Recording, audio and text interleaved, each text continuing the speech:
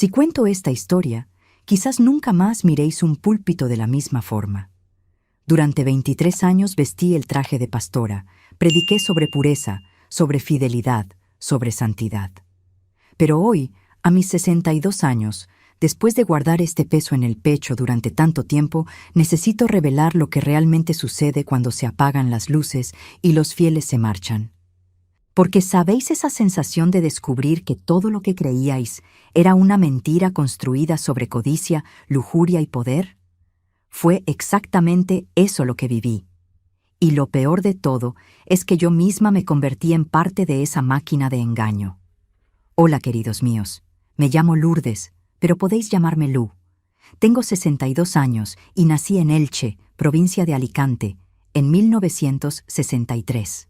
Hoy quiero compartir con vosotros una historia que guardé en el fondo de mi corazón durante más de una década. Una historia sobre fe manipulada, sobre cómo la religión puede usarse para controlar, para sacar dinero, para satisfacer deseos carnales disfrazados de unción divina. Antes de empezar, quería preguntar, ¿dónde estáis viendo este vídeo? Dejad en los comentarios ahí abajo. Me encanta saber que mi voz está llegando a tantos rincones diferentes de España. Y si podéis, dejad ese like y suscribíos al canal. Eso ayuda mucho a esta señora a seguir contando sus historias. Porque lo que voy a revelar hoy no es fácil, mueve a mucha gente poderosa, pero alguien tiene que tener el valor de decir la verdad. Nací en una familia muy pobre en Elche. Mi padre, Emilio, era zapatero, de esos que trabajaban en las fábricas de calzado que había a montones en la ciudad. Mi madre, Gertrudis, era costurera, cogía trabajo en casa, pasaba la noche entera en la máquina de coser vieja que crujía toda la noche. Éramos 6 hermanos, apiñados en una chabola de 3 habitaciones en la periferia, donde el suelo era de tierra batida y las paredes tenían grietas que dejaban entrar el viento frío del invierno. Yo era la segunda mayor, nacida en 63, época en que España vivía bajo la dictadura franquista y la pobreza era aún más cruel para quien ya no tenía nada. La vida en mi infancia era dura, queridos míos. Me levantaba a las 5 de la mañana para buscar agua en el pozo comunitario, porque el agua corriente era un lujo con el que ni soñábamos. Después ayudaba a mi madre a hacer el desayuno con pan del día anterior mojado en leche aguada, cuando había leche. Iba al colegio con chanclas, con el uniforme remendado tantas veces que parecía una colcha de retazos. Los otros niños se reían de mí. Me llamaban chabola, sucia. Me moría de vergüenza, pero tragaba el llanto y fingía que no dolía. Porque mi madre siempre decía que Dios lo estaba viendo todo, que algún día Él iba a recompensar nuestro sufrimiento. Fue esa promesa de recompensa divina la que moldeó toda mi infancia. Mis padres eran católicos fervientes, de esos que no faltaban a una misa, que rezaban el rosario todos los días antes de dormir. Crecí creyendo que la pobreza era una prueba de Dios, que si aguantábamos firmes, un día llegaríamos al cielo y tendríamos todo lo que no tuvimos en la tierra. Esa idea entró tan hondo en mi cabeza que pasé a aceptar todo como voluntad divina. El hambre, el frío, la humillación, todo formaba parte de un plan mayor. Cuando tenía 14 años, en 1977, mi padre perdió el empleo en la fábrica. Dijeron que era demasiado viejo, que ya no rendía. Tenía apenas 42 años, pero el trabajo pesado había destruido su cuerpo. Las manos callosas le temblaban, la espalda le dolía tanto que apenas podía levantarse de la cama. La situación en casa se volvió desesperante. Hubo días que comimos solo harina con sal mezclada en agua. Mi madre lloraba a escondidas, pero delante de nosotros fingía que todo estaba bien, que Dios nos daría una solución. Fue en esa época cuando la Iglesia Pentecostal Renovación Divina llegó a nuestro barrio.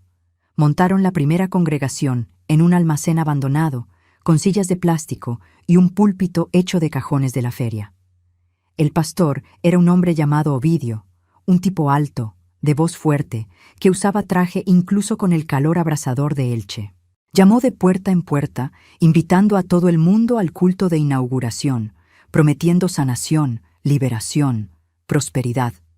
Mi madre, desesperada como estaba, decidió ir, y me llevó con ella. Recuerdo como si fuera ayer mi primer culto evangélico. El almacén estaba a tope de gente pobre como nosotros, rostros marcados por el sufrimiento, ojos vidriosos de esperanza.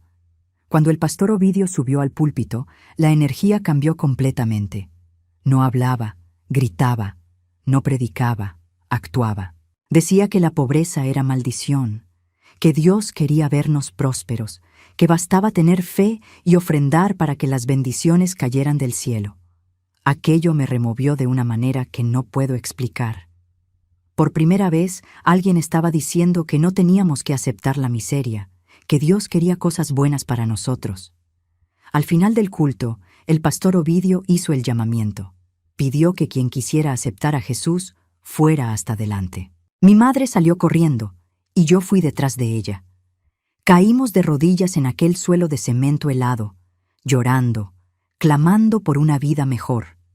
El pastor puso la mano sobre nuestra cabeza y oró en una lengua extraña que dijo ser el idioma de los ángeles.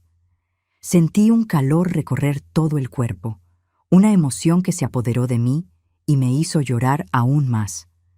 Salí de allí convertida, lista para servir a Dios y cambiar mi vida. A partir de ese día, abandonamos la Iglesia Católica y pasamos a frecuentar la Pentecostal Renovación Divina. Íbamos a todos los cultos, martes, jueves y domingo. Mi padre protestaba, decía que estábamos cambiando churras por merinas, pero cuando el pastor Ovidio visitó nuestra casa y oró por su situación laboral, mi padre acabó cediendo. 2 semanas después, milagrosamente, consiguió un trabajillo en una zapatería pequeña. No era gran cosa, pero era algo. Y eso bastó para convencer a toda la familia de que Dios estaba obrando a través de aquella iglesia. Me lancé de cabeza a la vida evangélica. Empecé a participar en el grupo de jóvenes, a cantar en las alabanzas, a ayudar en la limpieza de la iglesia. Memorizaba versículos bíblicos, ayunaba, oraba horas seguidas.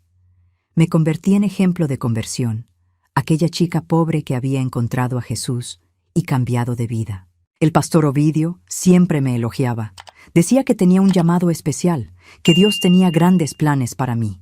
Aquello inflaba mi ego de manera peligrosa, pero era demasiado joven para darme cuenta. Con 15 años, en 1978, ya era líder del grupo de jóvenes. Organizaba retiros, campamentos, vigilias. La iglesia había crecido mucho en apenas un año. Había salido del almacén para un local alquilado mucho mayor. El pastor Ovidio ahora tenía coche, ropa cara, familia bien vestida. Decía que aquello era la prueba de la prosperidad de Dios, que cuanto más ofrendábamos, más devolvía a Dios. Y la congregación lo creía, entregaba el diezmo religiosamente, daba ofrendas extra, participaba en campañas especiales. Fue en esa época cuando conocí a Vicente. Tenía 23 años, era sobrino del pastor Ovidio, acababa de llegar de Madrid para ayudar en la obra. Era guapo, alto, ojos claros, sonrisa fácil. Todas las chicas de la iglesia le echaban el ojo, pero fue en mí en quien él puso su mirada. Empezó a prestarme atención, a entablar conversación después de los cultos, a ofrecerme que me llevara a casa. Mi corazón de adolescente enamorada se aceleraba cada vez que se acercaba. El noviazgo comenzó con la bendición del pastor Ovidio. En la iglesia evangélica, todo tenía que ser oficial, a la vista de todos, bajo la autoridad pastoral. Salíamos siempre acompañados, nada de quedarse a solas, nada de besos antes del matrimonio. Yo pensaba que aquello era lo máximo de pureza, de santidad. Hoy veo cómo aquel control era solo una forma de manipulación, de hacernos creer que la iglesia tenía poder sobre todos los aspectos de nuestra vida. Vicente era amable, atento, hablaba de tal manera que me hacía sentir especial. Decía que Dios le había revelado que yo sería su esposa, que íbamos a servir al Señor juntos, que yo sería una gran mujer de Dios. Aquellas palabras entraban en mi corazón necesitado como miel, haciéndome sentir elegida, valorada. Después de 8 meses de noviazgo, me pidió matrimonio. Acababa de cumplir 16 años. La boda tuvo lugar en 1979, en una ceremonia sencilla en la iglesia. Yo estaba preciosa con el vestido que mi madre cosió, blanco, lleno de encaje, lo máximo que pudimos hacer con el poco dinero que teníamos. Vicente llevaba un traje prestado de su tío. El pastor Ovidio nos bendijo, profetizó que seríamos una familia bendecida, que tendríamos muchos hijos y que yo me convertiría en una gran líder en la obra de Dios. Aquellas palabras sonaron como promesa divina, como decreto del cielo. La vida de casada empezó en un cuartito al fondo de la casa del pastor Ovidio. No teníamos dinero para alquilar un sitio propio, así que el tío ofreció refugio mientras nos estructurábamos.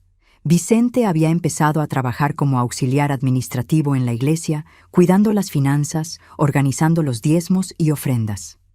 Yo seguía con los trabajos voluntarios, liderando grupos, organizando eventos. Fue viviendo en casa del pastor cuando empecé a ver cosas que me incomodaban. Ovidio vivía muy bien. Ropa de marca, coche del año, comida abundante en la mesa. Su mujer, Otilia, usaba joyas caras, bolsos importados, iba todas las semanas a la peluquería. Mientras tanto, los miembros de la iglesia seguían siendo pobres, muchos pasando necesidad, pero fieles en entregar el diezmo religiosamente. Intentaba no pensar en eso. Al fin y al cabo, el pastor decía que Dios lo había bendecido por su fidelidad. Con 17 años, en 1980, me quedé embarazada. Fue una alegría enorme para toda la familia y para la iglesia. Vicente se puso radiante. El pastor Ovidio hizo un culto especial de gratitud. 9 meses después nació mi primer hijo, Josías, precioso, sano, perfecto. Era madre, esposa, sierva de Dios. Pensaba que había alcanzado la cima de la realización. Pero la maternidad es dura, queridos míos, sobre todo cuando tienes 17 años, vives de prestado, no tienes dinero propio, dependes del marido para todo. Vicente trabajaba todo el rato en la iglesia, llegaba tarde, salía temprano. Yo me quedaba todo el día sola con el bebé, lavando pañales de tela a mano, porque no había lavadora, amamantando hasta que me sangraban los pechos, exhausta, sin dormir bien. Nadie me preparó para aquello. En la iglesia solo hablaban de la alegría de ser madre, de la bendición de los hijos, pero no hablaban del cansancio, de la soledad, de la depresión posparto que se apoderó de mí. Empecé a ir menos a los cultos porque tenía que cuidar de Josías. Y cuando iba, me sentía juzgada por las otras hermanas que decían que tenía que tener más fe, que no podía dejar que el cansancio me alejara de la casa del Señor. Vicente también se quejaba. Decía que me estaba enfriando espiritualmente, que necesitaba consagrarme más. Pero ¿cómo iba a consagrarme si apenas tenía tiempo de ducharme bien? Fue en esa época difícil cuando la pastora Herminia llegó a la iglesia. Era esposa del pastor Arístides, que había venido de Valencia para hacer un trabajo especial de avivamiento. Herminia tenía unos 40 años. Era una mujer imponente, voz firme, presencia marcada. Predicaba con autoridad, principalmente para las mujeres. Hablaba sobre el papel de la esposa cristiana, sobre su misión, sobre la importancia de servir a Dios a través del marido y de los hijos. Herminia me tomó bajo su ala, vio mi fragilidad y me acogió de una manera que necesitaba desesperadamente. Venía a casa, me ayudaba con el bebé, me enseñaba trucos de madre experimentada, pero junto con la acogida venía el adoctrinamiento. Decía que mi cansancio era falta de fe, que si me consagraba más, Dios me daría fuerza sobrenatural. Decía que cuestionar al pastor era pecado, que quejarse de la vida era ingratitud con Dios. Bajo la influencia de la pastora Herminia, me esforcé aún más para ser la esposa y madre perfecta. Me levantaba de madrugada para orar antes de que Josías despertara. Ayunaba 2 veces por semana. Volví a participar activamente en la iglesia, llevando al bebé a todos los cultos, incluso cuando lloraba y molestaba en la predicación. Tenía que demostrar que era una mujer de Dios, que no había flaqueado en la fe. En 1982, con 19 años, me quedé embarazada de nuevo, esta vez de gemelas, 2 niñas que nacieron prematuras y frágiles, Palmira e Irene. Fue un periodo de pura supervivencia. Tenía 3 hijos pequeños, poco dinero y un marido cada vez más involucrado con los trabajos de la iglesia. Vicente había sido promocionado a auxiliar de pastor. Ahora viajaba para abrir nuevas congregaciones en ciudades vecinas. Se pasaba días fuera, dejándome sola con los niños. Pero incluso en ese caos, la iglesia seguía siendo mi ancla. O mejor dicho, mi prisión, aunque no lo veía así en aquel momento. Cada vez que pensaba en rendirme, en decir que no aguantaba más, alguien venía con un versículo bíblico, con una palabra profética, diciendo que Dios me estaba probando, que la recompensa vendría. Lo creía, me agarraba a aquellas promesas como un náufrago se agarra a una tabla en medio del mar. Los años pasaron en esa rutina sofocante. 1983, 84, 85. Envejecí rápido, el cuerpo marcado por los embarazos, el rostro cansado, las manos callosas de tanto trabajo. Pero espiritualmente era considerada una mujer victoriosa, ejemplo de fidelidad. El pastor Ovidio siempre me ponía como referencia en los sermones, hablaba de mi dedicación, de mi sumisión al marido. En 1986, cuando tenía 23 años, el pastor Ovidio me llamó para una conversación privada. Dijo que Dios le había hablado, revelado que yo tenía un llamado pastoral, que era hora de que empezara a predicar, a liderar más activamente. Aquello me pilló por sorpresa, pero al mismo tiempo removió una ambición que ni sabía que tenía. La oportunidad de no ser solo la esposa del auxiliar de pastor, sino alguien con voz propia, con autoridad espiritual. Empecé a hacer el curso de teología de la propia iglesia. Eran clases los sábados, impartidas por el propio pastor Ovidio y por otros líderes. Aprendí sobre hermenéutica, homilética, historia de la iglesia, doctrinas fundamentales. Pero lo que más me enseñaron fue la técnica de manipulación emocional. Cómo identificar las necesidades de las personas y usar la Biblia para ofrecer soluciones. Cómo hacer el llamamiento para que la gente ofrendara más. Cómo crear dependencia espiritual, hacer que los fieles creyeran que solo serían bendecidos si estaban bajo nuestra cobertura espiritual. En aquel momento no lo veía como manipulación. Pensaba que estaba aprendiendo a ser una buena pastora, a cuidar de las ovejas. Pero hoy veo claramente cómo aquella formación era un manual de cómo explotar la fe ajena, cómo transformar el mensaje de amor de Jesús en herramienta de control y enriquecimiento. En 1987 fui oficialmente consagrada pastora. Vicente también fue ordenado pastor en la misma ceremonia. Ahora formábamos la pareja pastoral Vicente y Lourdes, responsables de la congregación de la zona este de Elche. Fue un momento de orgullo inmenso. Mi familia pobre, de la que había salido de una chabola de suelo de tierra batida, ahora tenía una hija pastora. Mi madre lloró copiosamente. Dijo que Dios había honrado nuestro sufrimiento. La congregación de la que nos hicimos responsables era pequeña, unos 50 miembros, pero creció rápido. Descubrí que tenía talento para predicar. Sabía tocar las heridas de la gente, ofrecer consuelo, dar esperanza. Las mujeres se identificaban conmigo, veían en mí una igual que había vencido. Hablaba sobre las dificultades del matrimonio, sobre ser madre, sobre luchar contra la pobreza. Y siempre lo ataba todo con el mensaje de que la solución estaba en Dios, en obedecer los principios bíblicos, en ofrendar generosamente. Los hombres también me respetaban, algo raro en una iglesia pentecostal, donde la mujer normalmente queda en segundo plano. Pero el pastor Ovidio me había dado autoridad, y eso bastaba. Vicente se ponía un poco celoso a veces, porque yo predicaba mejor que él, atraía más gente, pero lo disimulaba. Decía que lo importante era que la obra creciera. Y crecer, creció. En 2 años, nuestra congregación había triplicado su tamaño. Salimos del local alquilado para un templo propio que la iglesia compró. Empezamos a hacer cultos 3 veces por semana, después 4, después día sí, día no. El dinero entraba a montones. Diezmos, ofrendas, campañas especiales de construcción, de misiones, de evangelización. Fue entonces cuando empecé a darme cuenta de a dónde iba todo ese dinero. Vicente, que se encargaba de las finanzas, empezó a aparecer con cosas nuevas. Reloj caro, ropa de marca, un coche 0 kilómetros que dijo ser bendición de Dios. Salimos del cuartito al fondo de la casa del pastor Ovidio y alquilamos una casa buena, después compramos una casa mejor. Los niños empezaron a estudiar en colegio privado. Yo estrené ropa nueva, zapatos importados, empecé a arreglarme el pelo en peluquería chic. Intenté no pensar mucho en eso. Al fin y al cabo, el pastor Ovidio vivía así desde hacía años y Dios no lo había fulminado. Al contrario, su iglesia solo crecía. Racionalizaba diciendo que Dios estaba recompensando nuestra fidelidad, nuestro trabajo duro, que merecíamos aquellas bendiciones después de tanto sufrimiento.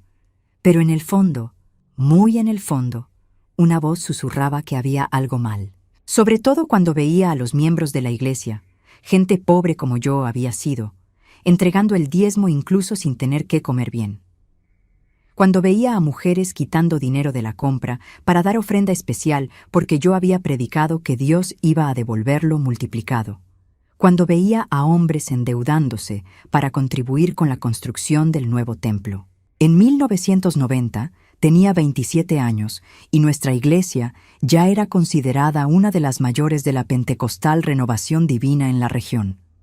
Vicente había sido promocionado a pastor presidente del área, supervisando varias congregaciones. Yo era la pastora titular de la iglesia madre, responsable de la mayor parte de los cultos y actividades. Teníamos un equipo de obreros, secretarias, músicos. Era una operación grande, organizada, lucrativa. Fue en ese año cuando sucedió algo que sacudió los cimientos de mi fe. Una de las hermanas de la iglesia, Margarita, me buscó en privado. Estaba destrozada, llorando copiosamente. Contó que había sido acosada sexualmente por el pastor Ovidio. Dijo que él la había llamado para una sesión de liberación privada, que durante la oración él la había tocado de forma inapropiada, que había insinuado que ella necesitaba entregarse a él para ser liberada de demonios de sensualidad. Me quedé en shock.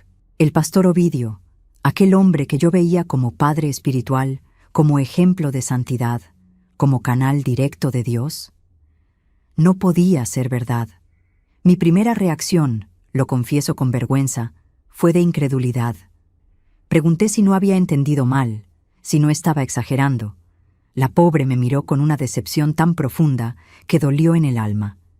Pero ella insistió.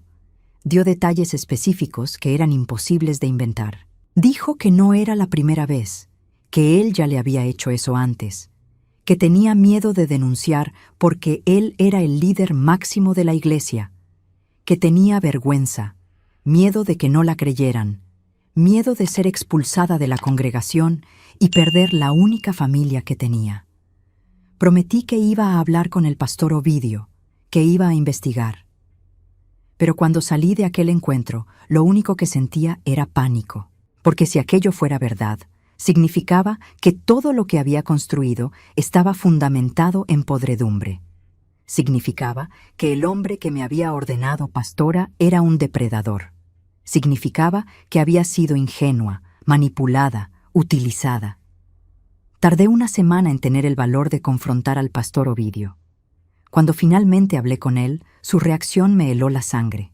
No lo negó. Simplemente dijo que aquello era un ataque del diablo, que Satanás estaba usando a la hermana Margarita para destruir la obra de Dios, que ella era problemática, tenía tendencias a la promiscuidad, que él solo estaba intentando ayudarla y ella lo había interpretado mal.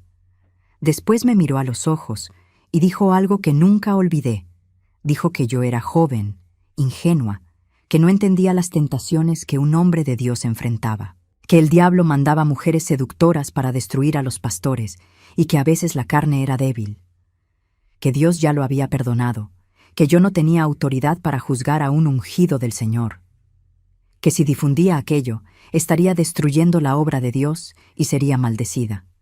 Salí de allí temblando. Prácticamente había confesado, pero había echado la culpa a la víctima y además me había amenazado. Y lo peor es que yo lo creí. O mejor dicho, elegí creerlo. porque la alternativa era destruir todo lo que había construido, perder mi estatus, mi posición, mi sustento. Así que hice lo más cobarde de mi vida. Fui hasta la hermana Margarita y le dije que había hablado con el pastor, que él lo había negado todo, que pensaba que era mejor que dejara aquello tranquilo para no crear división en la iglesia. La mirada de traición que me dio persigue mis sueños hasta hoy. Salió de la iglesia aquella semana y nunca más la vi. Supe después que se había mudado de ciudad, destrozada espiritualmente, con la fe hecha añicos.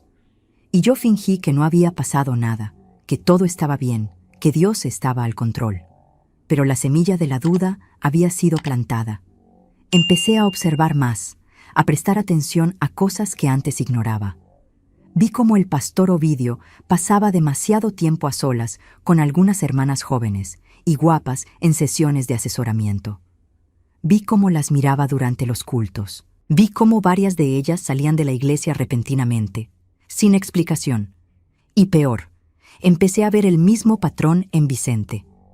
Mi marido también había empezado a hacer sesiones particulares de liberación y asesoramiento.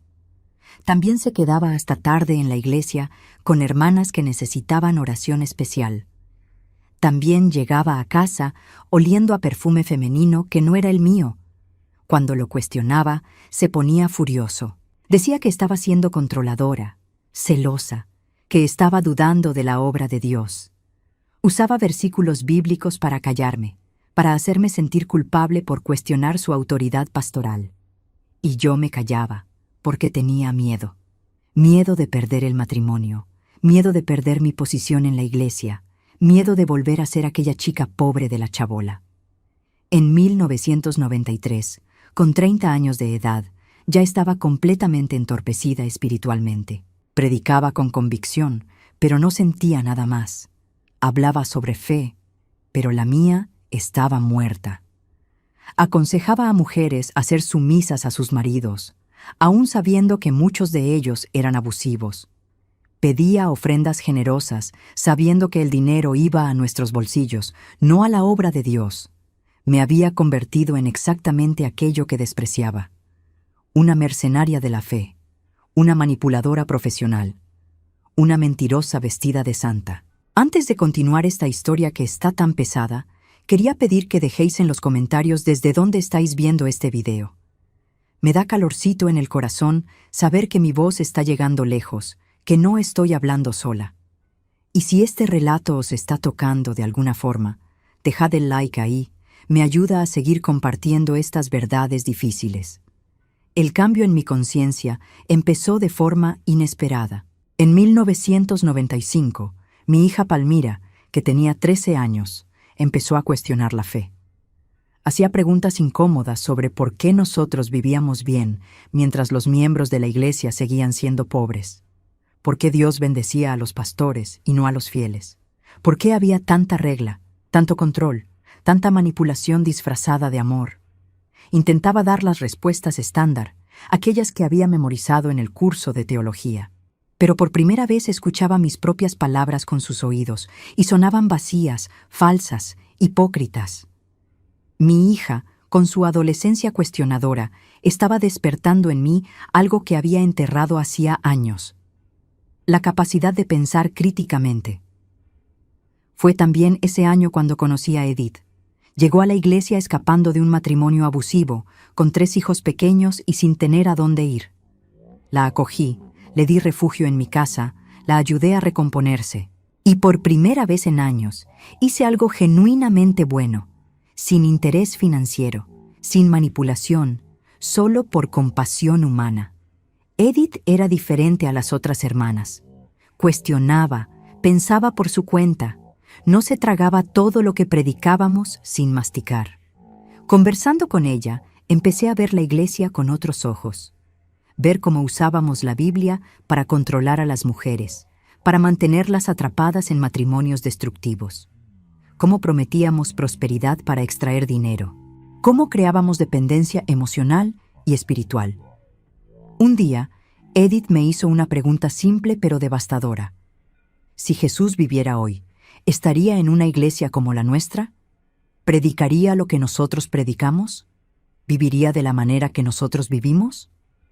No pude responder, porque en el fondo sabía que no, que Jesús estaría fuera de la iglesia, con los pobres, los explotados, los engañados. En 1996, cuando tenía 33 años, ocurrió el incidente que rompió definitivamente la máscara. Una de las adolescentes de la iglesia, Dalila, de apenas 15 años, intentó suicidarse. Cuando lograron salvarla y ella finalmente habló, reveló que había sido abusada sexualmente por el pastor Ovidio durante más de un año, que él decía que aquello era unción de Dios, que ella era especial, que no podía contárselo a nadie porque destruiría la obra. Esta vez no hubo manera de ocultarlo. La madre de la chica montó un escándalo, amenazó con ir a la policía, se lo contó a media iglesia. Esperaba que finalmente saliera la verdad a la luz, que el pastor Ovidio fuera responsabilizado.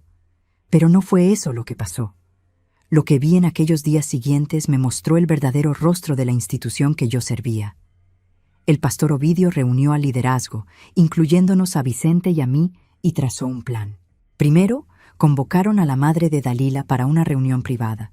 Le hicieron una oferta de dinero, generosa, suficiente para que comprara una casa propia y mantuviera a la familia durante años. A cambio, tenía que firmar un documento diciendo que todo no había sido más que un malentendido, que la hija era problemática, tenía historial de mentir para llamar la atención. La mujer era pobre, viuda, desesperada. Aceptó, firmó, cogió el dinero y se mudó de ciudad con la hija. Y toda la iglesia recibió la versión oficial. Aquello había sido una trampa del diablo para destruir al hombre de Dios.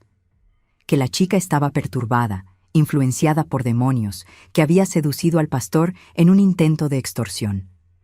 Hicieron una campaña de 3 días de ayuno y oración por la restauración del honor del pastor Ovidio. Yo participé. Prediqué sobre cómo el diablo levanta falsas acusaciones contra los ungidos. Oré por la restauración del pastor. Animé a los miembros a cerrar filas alrededor del liderazgo. Y morí por dentro con cada palabra que salía de mi boca, porque yo lo sabía. Sabía que él era culpable. Sabía que no era la primera vez. Sabía que probablemente no sería la última. Pero elegí el dinero, el confort, la posición social, en vez de la verdad. Vicente me dijo que estaba haciendo lo correcto, protegiendo la obra de Dios. Que si dejábamos que un escándalo se extendiera, miles de personas perderían la fe. La iglesia sería destruida, familias serían destrozadas. Que era mejor sacrificar una situación aislada que poner en riesgo toda la congregación. Quería creer en aquella lógica distorsionada. Necesitaba creerlo, porque la alternativa era admitir que era cómplice de un crimen atroz. Las noches se volvieron infernales. Me acostaba al lado de Vicente y sentía asco de mí misma. Pensaba en Dalila, en aquella chica destrozada, y me veía en las predicaciones condenándola en vez de defenderla. Pensaba en Margarita, a quien había traicionado años antes. Pensaba en cuántas otras mujeres habían sido silenciadas, compradas, amenazadas, y yo era parte de aquel sistema podrido. Empecé a tener crisis de pánico durante los cultos. En medio de la predicación, de repente faltaba el aire, el corazón se aceleraba, la voz se me quebraba. Disimulaba diciendo que era unción del Espíritu Santo, que Dios me estaba tocando profundamente. Los miembros lloraban conmigo, pensando que era manifestación divina, pero era desesperación pura, mi cuerpo rechazando la mentira que vivía. En 1997 empecé a hacer terapia en secreto. No podía contárselo a nadie de la iglesia, porque la terapia se consideraba falta de fe, cosa de gente débil espiritualmente. Pagaba de mi bolsillo, iba en horarios en que nadie me veía. La terapeuta, una mujer llamada Alicia, fue poco a poco haciéndome ver en qué me había convertido. Me hacía preguntas que nunca había considerado. Me desafiaba a pensar en las consecuencias éticas de mis acciones. Fueron sesiones dolorosas. Hubo días que salía de la consulta y vomitaba de tanto llorar, porque era como si estuvieran arrancando capas y capas de mentiras que había construido alrededor de mí misma.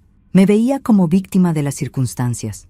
Pero Alicia me mostraba que había tenido opciones, que seguía eligiendo todos los días perpetuar aquel sistema. En esa época, mi matrimonio con Vicente estaba completamente muerto. Compartíamos la cama, pero ya no teníamos intimidad. Él vivía ocupado con las iglesias, con reuniones, con viajes. Yo fingía no notar los perfumes diferentes, los mensajes sospechosos, los retrasos inexplicables. Nos habíamos convertido en dos personas representando un matrimonio para mantener las apariencias. Los hijos se daban cuenta. Josías, que ya tenía 17 años, cuestionaba abiertamente al padre. Decía que no quería ser pastor, que ya no creía en todo aquello, que veía la hipocresía. Palmira e Irene, con 15 años, empezaron a rebelarse también. Dejaron de ir a los cultos, cuestionaban todo lo que yo predicaba, me acusaban de ser falsa, y tenían razón. Yo era falsa, completamente falsa. En 1998, con 35 años, recibí una llamada que lo cambió todo. Era de una mujer llamada Clara, que decía ser ex miembro de una iglesia de la Pentecostal Renovación Divina en Valencia. Había conseguido mi contacto a través de conocidos mutuos y quería hablar conmigo urgentemente. Dijo que estaba organizando un grupo de mujeres que habían sido abusadas por pastores de la denominación, que querían exponer la verdad, que necesitaban a alguien de dentro del liderazgo para corroborar los relatos. Me quedé aterrada. Mi primera reacción fue colgar y bloquear el número. Pero me mandó una carta, detallada, con nombres, fechas, situaciones. Había al menos 20 mujeres dispuestas a hablar públicamente. Y ella sabía sobre el caso de Dalila, sobre el encubrimiento, sobre el dinero pagado. Dijo que si no las ayudaba, iban a exponer mi implicación también. Entré en pánico. Se lo conté a Vicente, esperando que estuviera de mi lado, que me ayudara a decidir qué hacer, pero se puso furioso. Dijo que aquellas mujeres eran resentidas, vengativas, que querían destruir la obra de Dios por rencor personal, que si me involucraba en aquello, destruiría nuestra familia, nuestra reputación, nuestro sustento. Me mandó ignorar, bloquear, fingir que nunca había recibido aquel contacto. Pero ya no podía fingir más. Por primera vez en años, sentí que tenía una oportunidad de hacer lo correcto, de usar mi voz para algo más que manipular personas, de intentar reparar, al menos un poco, el mal que había causado. Le respondí a Clara. Dije que quería hablar, pero con discreción, sin exponer mi identidad inicialmente. Nos encontramos en una cafetería en Madrid, lejos de Elche, donde nadie me conocía. Clara tenía 40 y pocos años, era profesora, articulada, inteligente. Había sido miembro durante 15 años de la Pentecostal Renovación Divina hasta ser abusada por el pastor de su congregación. Cuando intentó denunciar, fue expulsada de la iglesia, difamada, tachada de loca y mentirosa. Perdió amigos, fue rechazada por su propia familia que siguió en la iglesia. Me mostró testimonios escritos de otras mujeres, historias horribles de manipulación, abuso sexual, extorsión financiera, control psicológico. Algunas habían sido abusadas cuando adolescentes. Otras estaban casadas y los pastores usaban sesiones de asesoramiento matrimonial para seducirlas. Todas habían sido silenciadas con amenazas, dinero o destrucción de la reputación. Lloré leyendo aquellos relatos, porque reconocí patrones que había visto e ignorado durante años, porque vi mi propia complicidad reflejada en cada historia, porque entendí que no era solo víctima de aquel sistema, yo era perpetuadora activa de él. Clara me preguntó si estaría dispuesta a testificar. No tenía que ser públicamente en el primer momento, pero al menos dar información interna, confirmar procedimientos, explicar cómo funcionaba el encubrimiento institucional. Dijo que estaba intentando juntar pruebas suficientes para hacer una denuncia colectiva, no en la justicia ordinaria, porque no tenía pruebas materiales suficientes, pero al menos en los medios, en periódicos, para alertar a otras mujeres. Pedí tiempo para pensar. Volví a Elche en estado de shock. Pasé días sin dormir bien, repasando cada decisión que había tomado, cada momento en que elegí callarme. Veía las caras de las mujeres que había traicionado, Escuchaba los llantos de Dalila, sentía el peso de Margarita mirándome con decepción. Vicente se dio cuenta de que algo iba mal. Me interrogó, registró mis cosas, encontró el número de Clara. Se puso como loco. Me acusó de traición, de estar destruyendo nuestra familia, de estar siendo usada por el diablo. Dijo que si me unía a aquellas mujeres, pediría el divorcio. Se quedaría con los niños. Me expondría como una pastora fracasada que había perdido la fe. Fue la primera vez que vi con claridad quién era realmente mi marido. No un siervo de Dios, sino un hombre obsesionado con el poder y el dinero, dispuesto a proteger el sistema corrupto que lo sostenía. No un compañero de vida, sino un manipulador que usaba amenazas para controlarme. No un padre amoroso, sino alguien que veía a sus propios hijos como fichas de negociación. Aquella noche tomé una decisión. No sería más cómplice. Costara lo que costara, iba a decir la verdad. Llamé a Clara y le dije que estaba dentro, que contaría todo lo que sabía, daría nombres, explicaría esquemas, que estaba lista para enfrentar las consecuencias.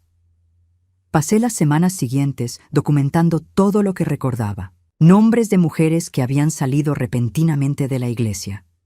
Cantidades pagadas en acuerdos de silencio. Conversaciones que había escuchado entre líderes sobre cómo lidiar con denuncias. Estructuras de encubrimiento que iban más allá de nuestra denominación, involucrando a otras iglesias pentecostales que protegían a los pastores unos de otros. En 1999, Clara consiguió publicar un artículo en un periódico alternativo de Madrid. No fue un gran reportaje, porque los periódicos principales no quisieron arriesgarse a demandar a iglesias poderosas, pero fue suficiente para empezar a resquebrajar la fachada. Algunas mujeres empezaron a hablar abiertamente, animadas por el reportaje. Las redes sociales, que estaban empezando a popularizarse, se convirtieron en espacio para compartir historias. La reacción de la iglesia fue inmediata y brutal. Convocaron asamblea extraordinaria del liderazgo nacional de la Pentecostal Renovación Divina. El pastor Ovidio, ahora líder regional, orquestó la respuesta oficial. Aquello era persecución religiosa, ataque sistemático del enemigo, mujeres problemáticas queriendo extorsionar dinero a la iglesia. Contrataron abogados caros, amenazaron con demandar por difamación, usaron los púlpitos para hacer campaña contra las denunciantes. Presionaron a las familias para que repudiaran a las mujeres que habían hablado. Movilizaron la red de iglesias para hacer cultos de intercesión contra los enemigos de la obra. Vicente me dio un ultimátum. O me retractaba públicamente, decía que había sido manipulada por mujeres resentidas y volvía completamente al sistema, o pediría el divorcio y haría todo lo posible por destruirme. Dijo que usaría mi propia complicidad contra mí, que contaría que yo había ayudado a encubrir casos, que me convertiría en la villana principal de la historia. Tenía 36 años, 3 hijos adolescentes, ninguna formación profesional aparte de teología de la propia iglesia, toda mi vida construida dentro de aquel sistema. La parte cobarde de mí quería aceptar el ultimátum, echarme atrás, acobardarme una vez más. Pero no podía. Había pasado el punto de no retorno. Pedí el divorcio primero. Salí de casa con solo algo de ropa y documentos. Me fui a vivir a un cuartito alquilado, minúsculo, en condiciones que no veía desde mi infancia pobre. Los hijos se quedaron con Vicente inicialmente, porque él tenía la casa, el dinero, la estabilidad. Pero prometieron que cuando cumplieran 18 años, vendrían a vivir conmigo si querían. La iglesia me excomulgó formalmente. Hicieron un culto donde leyeron mi nombre. Declararon que estaba en pecado, que me había desviado, que estaba poseída por demonios de rebeldía y división. Instruyeron a todos los miembros a no tener contacto conmigo, bajo pena de disciplina. Mi propia madre, presionada por la congregación y por el pastor, rompió relaciones conmigo. Dijo que había traído vergüenza a la familia, que prefería tener una hija muerta que una desviada. Lo perdí todo. Amigos de décadas me dieron la espalda. Mi familia me repudió. Mi fuente de ingresos desapareció. Me quedé completamente sola, con 36 años, teniendo que reconstruir mi vida desde cero. Hubo noches que lloré hasta no tener más lágrimas, cuestionando si había tomado la decisión correcta, si valía la pena perderlo todo por una cuestión de conciencia. Conseguí trabajo como limpiadora, después como dependienta de tienda. Ganaba mal, vivía ajustada, pero era dinero honesto. Por primera vez en años, trabajaba sin mentir, sin manipular, sin usar la fe ajena para mi beneficio. Era humillante limpiar el suelo de una tienda después de haber sido pastora respetada, pero era liberador. La terapia con Alicia continuó, aunque apenas tenía dinero para pagarla. Ella a veces hacía precio social, a veces ni cobraba. Fue ella quien me ayudó a procesar el trauma de haber vivido tanto tiempo en una mentira, quien me enseñó que podía perdonarme sin minimizar el mal que causé. Que reconocer el error no es debilidad, es el primer paso para un cambio real. En 2000, un año después de mi salida, Josías cumplió 18 años y vino a vivir conmigo. Dijo que no aguantaba más la hipocresía del padre, que prefería compartir un cuartito conmigo que vivir en la abundancia construida sobre sufrimiento ajeno. Fue una de las alegrías más puras de mi vida, tener a mi hijo a mi lado, incluso en la pobreza, incluso en la dificultad. Las gemelas, Palmira e Irene, tardaron más. Se quedaron con el padre hasta cumplir los 18, en 2001. Vicente les había hecho un lavado de cerebro, diciéndoles que yo estaba loca, desviada, que había abandonado a la familia. Pero cuando crecieron y empezaron a entender mejor la situación, también se alejaron de él. No vinieron a vivir conmigo porque ya estaban en la universidad, pero restablecimos el contacto, poco a poco reconstruimos la relación. El caso que Clara estaba construyendo nunca prosperó legalmente. Las mujeres no tenían pruebas materiales suficientes. Muchas tenían miedo a la exposición pública. Los abogados de la iglesia eran mucho más poderosos que cualquier recurso que teníamos nosotras. Pero conseguimos algo importante. Alertamos a otras mujeres. Creamos una red de apoyo informal, donde las víctimas podían compartir experiencias, encontrar validación, recibir orientación. Me convertí en una especie de consejera no oficial para mujeres que salían de iglesias abusivas. Atendía en cafeterías, en mi casa pequeña, por teléfono. No cobraba nada, no tenía estructura formal, era solo una mujer que había vivido aquel infierno ayudando a otras a escapar de él. Algunas me agradecían, decían que les había salvado la vida. Yo siempre respondía que no, que ellas se habían salvado solas, que yo solo había ofrecido una mano amiga en el camino. Los años 2000 fueron de reconstrucción lenta y dolorosa. Hice un curso técnico de auxiliar administrativa, conseguí un trabajo mejor, salí del cuartito para un piso pequeño pero decente. Rehice algunos lazos familiares, mi madre eventualmente me pidió perdón antes de morir en 2005. No volvimos a tener la relación de antes, pero al menos hicimos las paces. Vicente continuó en la iglesia, subió en la jerarquía, se convirtió en pastor presidente de toda una región. Se casó con otra mujer, sigue predicando prosperidad, viviendo del diezmo ajeno. Mis hijos tienen poco contacto con él, dicen que ya no reconocen al padre que pensaban que tenían. El pastor Ovidio murió en 2007, a los 70 y pocos años, rodeado de honores y glorias. Tuvo un funeral grandioso, fue homenajeado como gran hombre de Dios, pionero de la obra. Las mujeres que él abusó lo vieron por televisión y lloraron, no de tristeza, sino de rabia porque nunca fue responsabilizado. Yo también lloré, por la misma razón. Durante todos estos años, muchas cosas cambiaron en el panorama evangélico español. Las iglesias se hicieron aún más grandes, más ricas, más poderosas. Templos que parecen centros comerciales, pastores millonarios con jets privados, campañas cada vez más agresivas de extracción de dinero. Y los mismos esquemas de abuso, encubrimiento, manipulación, solo que a escala mucho mayor. Veo en las noticias casos siendo expuestos, pastores siendo detenidos, denuncias convirtiéndose en titulares. Y pienso que si en aquella época hubiéramos conseguido exponer lo que sabíamos, quizás habríamos evitado que el sistema creciera tanto. Pero también entiendo que hicimos lo que pudimos con los recursos que teníamos y que no vale la pena quedarse en el arrepentimiento paralizante. En 2010, con 47 años, hice algo importante. Escribí una carta abierta, larga, detallada, contando mi historia completa. No la publiqué en ningún periódico porque ninguno la aceptaría, pero la puse en Internet, en blogs, en redes sociales que ya estaban populares. Usé mi nombre real, asumí todas mis responsabilidades, pedí perdón públicamente a las mujeres que había traicionado. La repercusión fue pequeña, porque yo no era nadie importante. Pero algunas personas la leyeron, la compartieron, comentaron. Recibí mensajes de mujeres que habían vivido situaciones parecidas, que se sentían menos solas sabiendo que otras habían pasado por lo mismo.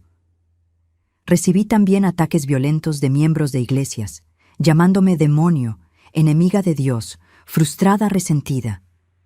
Aprendí a no hacer caso a los ataques, porque sabía la verdad. Sabía que había cometido muchos errores, pero también que había tenido el valor de reconocerlos y cambiar. Que había perdido todo, pero ganado algo más valioso: mi integridad, mi conciencia limpia, mi capacidad de mirarme al espejo y reconocer a la persona reflejada. En 2015, ya con 52 años, me jubilé del trabajo administrativo. No había ahorrado mucho dinero, mi pensión era pequeña, pero era suficiente para vivir modestamente. Empecé a dedicar más tiempo al trabajo voluntario, ayudando a mujeres a salir de situaciones abusivas, religiosas o no. Fue en esa época cuando conocí a Ondina, una de las mujeres más increíbles que han pasado por mi vida. Tenía 60 años, había salido de una iglesia diferente a la mía, pero con los mismos esquemas de manipulación. Conectamos inmediatamente, nos hicimos amigas cercanas, compañeras en la misión de alertar a otras mujeres. Ondina me enseñó mucho sobre el perdón verdadero, no aquel perdón falso que predican las iglesias, donde tienes que olvidar el mal que te hicieron y fingir que todo está bien, sino el perdón real, que reconoce el daño, valida el dolor, pero elige no dejar que el rencor envenene el resto de la vida. Decía que perdonar no es para beneficiar a quien se equivocó, es para liberar a quien fue herido. Poco a poco, usando ese concepto, conseguí perdonarme también. Perdonar a la Lourdes joven que tomó decisiones terribles por miedo, por ambición, por ingenuidad. Perdonar a la pastora que cayó ante el abuso porque no tuvo el valor de perderlo todo.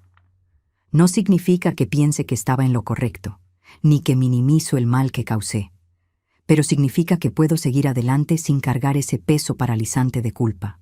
Los años recientes, desde 2015 hasta ahora, han sido de una paz que no conocía. Ya no tengo aquel estatus de pastora, aquel respeto automático, aquel confort material. Vivo en una casa sencilla, con lo básico, sin lujos. Pero duermo tranquila. Ya no tengo pesadillas con las caras de las mujeres que traicioné. Ya no tengo crisis de pánico en medio de la noche. Ya no necesito sostener una mentira gigantesca. Mis hijos están bien, cada uno forjando su camino. Josías es profesor de historia, casado. Me ha dado 2 nietos preciosos. Palmira es psicóloga. Trabaja justamente con víctimas de abuso religioso. Transformó el trauma familiar en propósito profesional. Irene es abogada. A veces coge casos pro bono de mujeres demandando a iglesias por daños. Cogieron lo que vivimos y lo transformaron en fuerza para ayudar a otros. Ninguno de ellos es religioso. No van a la iglesia, no se dicen cristianos. Lo entiendo perfectamente. Después de ver los entresijos, de crecer en medio de aquella podredumbre, tiene total sentido que tengan repulsión por la religión institucionalizada. A veces me preguntan si no me molesta, si no quisiera que volvieran a la fe. Respondo que prefiero 1000 veces tener hijos ateos, pero íntegros, que hijos religiosos, pero hipócritas. En cuanto a mí y la fe, es complicado. ¿Creo en Dios? No lo sé. Hay días que sí, hay días que no. ¿Creo en Jesús? Creo que existió un hombre revolucionario que predicó amor, justicia, cuidado de los oprimidos. Creo que si volviera hoy, derribaría los púlpitos, Expulsaría a los mercaderes modernos de los templos otra vez. ¿Pero creo en aquella versión de Jesús que venden en las iglesias? Definitivamente no. Ya no voy a ninguna iglesia. Lo intenté algunas veces, iglesias pequeñas, comunidades alternativas que dicen ser diferentes. Pero siempre acabo viendo los mismos patrones a menor escala. El mismo uso de la culpa para controlar. La misma manipulación emocional disfrazada de amor. La misma estructura jerárquica que facilita abusos. Así que desistí. Si existe Dios, prefiero conectarme con Él sola, sin intermediarios que cobran por ello. Hoy, a mis 62 años, miro atrás y veo una vida dividida en dos. Los primeros 36 años vividos en una mentira elaborada, construida sobre la explotación de la fe ajena. Y los últimos 26 años intentando reparar, alertar, evitar que otras personas caigan en la misma trampa. No me arrepiento de haberme ido. Aunque perdí todo, aunque pasé dificultades económicas enormes, aunque fui rechazada por la familia y amigos, porque continuar habría sido morir por dentro poco a poco, convertirme en un cadáver ambulante sosteniendo una mentira. Salir fue elegir vivir de verdad, aunque fuera una vida más difícil. Lo que más me preguntan es, ¿crees que todas las iglesias son malas? ¿Todos los pastores son falsos? Y respondo con honestidad, no lo sé. Probablemente existen comunidades genuinas, líderes sinceros, personas que realmente quieren ayudar. Pero el sistema en su conjunto está podrido. La estructura institucional, la forma en que se organiza la religión en España, facilita y fomenta los abusos. Cuando pones a alguien en un pedestal, dices que es ungido de Dios, que hablar contra él es pecado, creas condiciones perfectas para el abuso. Cuando enseñas que dudar del liderazgo es falta de fe, que cuestionar es rebeldía, silencias a las víctimas incluso antes de que se den cuenta de que son víctimas. Cuando transformas la prosperidad material en señal de bendición divina, justificas cualquier tipo de explotación financiera. Estas estructuras necesitan cambiar. La fiscalización tiene que ser real, no solo interna, sino externa, independiente. Las iglesias necesitan pagar impuestos como cualquier otra institución que mueve millones. Las denuncias tienen que ser tomadas en serio, investigadas adecuadamente, no encubiertas en nombre de proteger la reputación de la institución. Pero sé que el cambio real es difícil. Las iglesias tienen mucho poder político, mucho dinero, mucha influencia. Consiguen elegir diputados, senadores, bloquear leyes que las perjudiquen. Tienen abogados carísimos, esquemas de protección mutua, red de apoyo entre denominaciones diferentes cuando el asunto es encubrir un escándalo. Así que lo que queda para personas como yo es seguir hablando, seguir alertando, seguir ofreciendo una mano amiga a quien está intentando salir, seguir validando el dolor de las víctimas que son tachadas de locas y mentirosas. Es poco, muy poco comparado con la dimensión del problema, pero es lo que puedo hacer. Hay personas que me acusan de estar amargada, resentida, de hablar mal de la iglesia por puro rencor. Pero no es eso. Si fuera solo rencor personal, lo habría superado y habría seguido adelante sin mirar atrás. Lo que me mueve es responsabilidad. Responsabilidad de no dejar que otras mujeres sufran lo que vi sufrir a tantas. Responsabilidad de usar el conocimiento interno que tengo para alertar sobre los esquemas. Responsabilidad de no morir llevándome secretos que pueden ayudar a otras personas. Quiero dejar claro también que mi historia no es de heroína, ni mucho menos. Durante muchos años fui villana, cómplice, perpetuadora de un sistema horrible. Solo me pasé al otro lado cuando ya no pude sostener más la mentira, cuando la culpa se hizo demasiado grande. No fue valor noble, fue desesperación. No fue convicción fuerte desde el principio, fue un proceso lento de toma de conciencia. Hay días que todavía me siento culpable, que pienso en las mujeres que podría haber ayudado y no ayudé, que recuerdo momentos específicos donde tuve la oportunidad de hacer las cosas de otra manera y elegí el camino cobarde, que me cuestiono si el bien que intenté hacer después compensa el mal que causé antes. La terapeuta Alicia me dice que esa culpa sana, que lleva a acción reparadora, es diferente de la culpa paralizante que no lleva a nada. Intento creerlo. Lo que más me gustaría es que esta historia sirviera de alerta. Para mujeres jóvenes que están entrando en iglesias pentecostales, que están fascinadas por la emoción de los cultos, por las promesas de prosperidad. Cuidado, cuestionad siempre. Si alguien os dice que no podéis cuestionar al liderazgo, salid corriendo. Si alguien usa la Biblia para controlaros, disminuiros, callaros, desconfiad profundamente. Si alguien vive lujosamente mientras os pide vuestro dinero, daos cuenta de lo obvio. Para mujeres que ya están atrapadas en esos sistemas, que reconocen los abusos, pero tienen miedo de salir. Sé que es difícil. Sé que parece que vais a perderlo todo, y probablemente perderéis muchas cosas, pero ganaréis algo mucho más valioso: vuestra autonomía, vuestra dignidad, vuestra capacidad de vivir auténticamente. Vale la pena, aunque sea doloroso. Para hombres en posiciones de liderazgo que se dicen diferentes, que juran que no son como los otros. Probadlo con acciones, no con palabras. Aceptad supervisión externa. Sed transparentes con las finanzas. Cread estructuras reales de protección para las víctimas. No encubráis a colegas abusadores en nombre de proteger a la institución. Sed realmente diferentes, no solo en el discurso. Hoy vivo en una casa sencilla en Elche, la misma ciudad donde nací. Es un piso pequeño, 2 habitaciones, suelo frío, muebles viejos. Pero es mío, pagado con dinero honesto, sin culpa en el corazón. Tengo algunos perros que rescaté de la calle, plantas que cuido con cariño, una rutina tranquila. Me despierto sin peso en la conciencia, duermo sin pesadillas, vivo sin necesidad de sostener mentiras. A veces recibo visitas de mujeres que están pensando en salir de iglesias abusivas. Tomo un café con ellas, escucho sus historias, valido sus sentimientos, ofrezco perspectiva de quien ya ha pasado por eso. No presiono, no les digo lo que deben hacer, solo presento posibilidades. Muchas deciden salir, algunas deciden quedarse. Respeto cualquier elección, siempre que sea una elección consciente, no permanencia por puro miedo. Hay una chica joven, Teresa, que empezó a visitarme hace unos 3 años.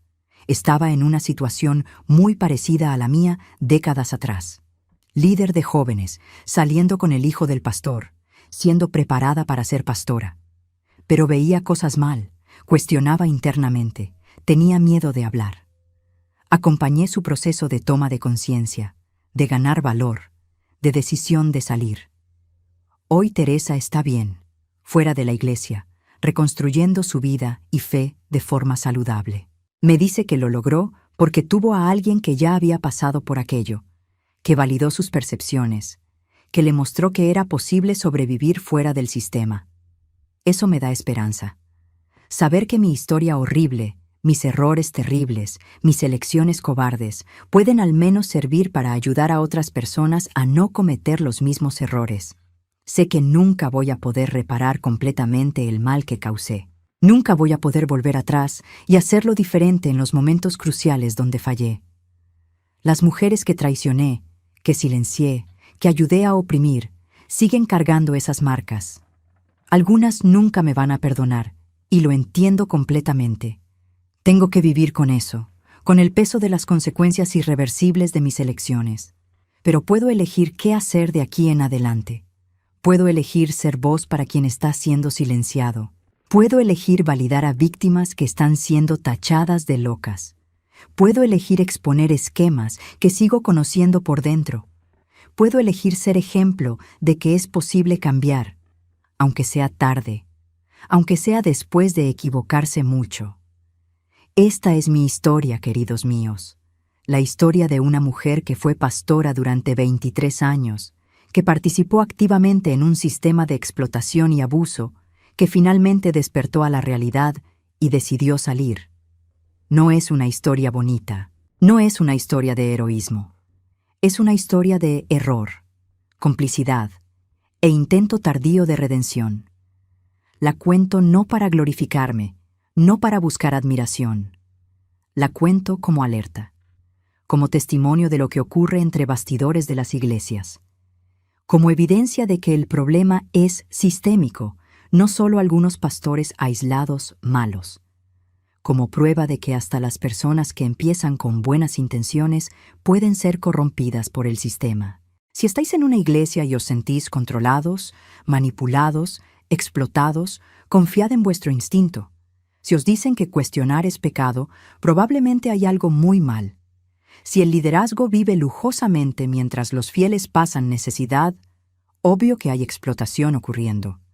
Si vosotros o alguien que conocéis ha sufrido abuso y ha sido silenciado, sabed que no estáis solos, que no es vuestra culpa, que merecéis ser escuchados y validados. Y si sois como yo fui, alguien dentro del sistema que ve las cosas mal, pero tiene miedo de hablar, entiendo vuestro miedo. Entiendo que parece imposible salir, que parece que vais a perderlo todo. Pero os digo con autoridad de quien lo ha vivido, es posible. Es difícil, es doloroso, pero es posible. Y al otro lado existe una paz que no experimentáis viviendo en la mentira, por muy cómoda que sea materialmente. No hace falta ser como yo, que tardé 36 años en reaccionar. No hace falta esperar a que el peso sea insoportable. Podéis elegir hoy, ahora, hacer las cosas de otra manera. Podéis elegir no ser cómplices. Podéis elegir vuestra conciencia en vez del confort. Podéis elegir la verdad en vez de la mentira conveniente. Sé que mucha gente va a ver este relato y me va a atacar. Dirán que estoy blasfemando, que estoy generalizando, que estoy siendo injusta. Dirán que existen iglesias buenas, pastores honestos, que no puedo meter a todos en el mismo saco. Y quizás tengan razón en parte. Pero mi experiencia, y la experiencia de cientos de mujeres que he conocido, muestra un patrón claro.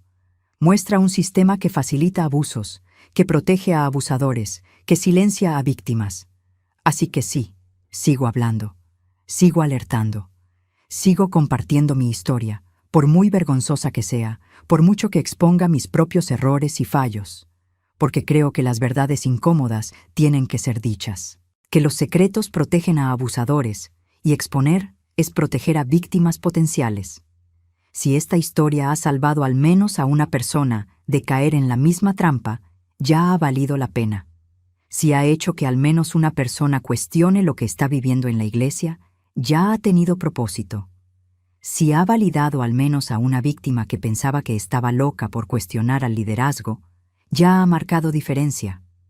Vivo hoy con 62 años, jubilada, en una vida sencilla, pero honesta, sin lujos, sin estatus, sin focos, pero con conciencia tranquila, con sueño reparador, con capacidad de mirarme al espejo sin asco.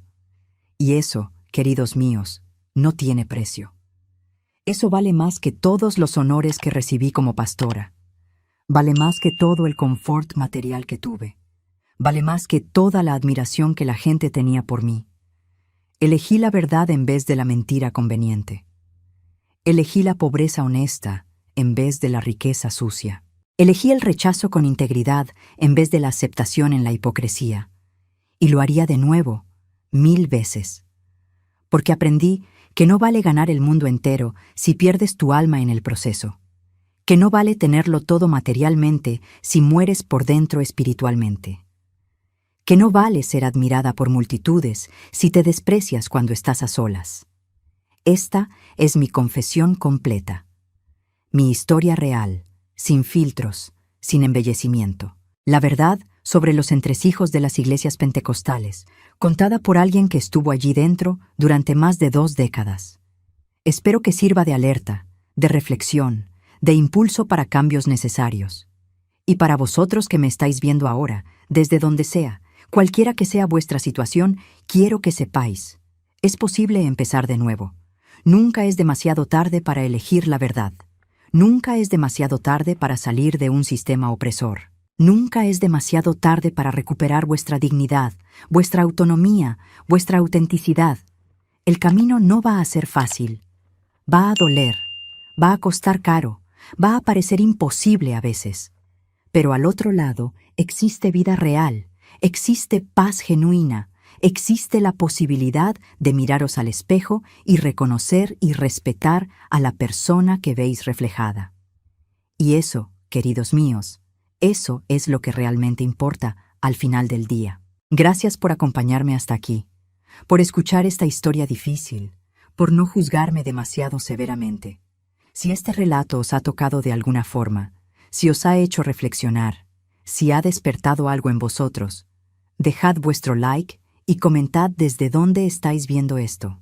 Y si conocéis a alguien que necesita escuchar esto, compartidlo, porque cuanta más gente conozca la verdad sobre estos esquemas, menos víctimas harán estos sistemas. Un abrazo de esta vieja que aprendió, tarde pero aprendió, que la verdad libera aunque duela, que la integridad vale más que la riqueza, que la conciencia tranquila es el mayor tesoro que podemos tener. Quedaos con Dios si creéis en Él. Y si no creéis, quedaos con vosotros mismos, que al final es todo lo que tenemos de certeza en esta vida.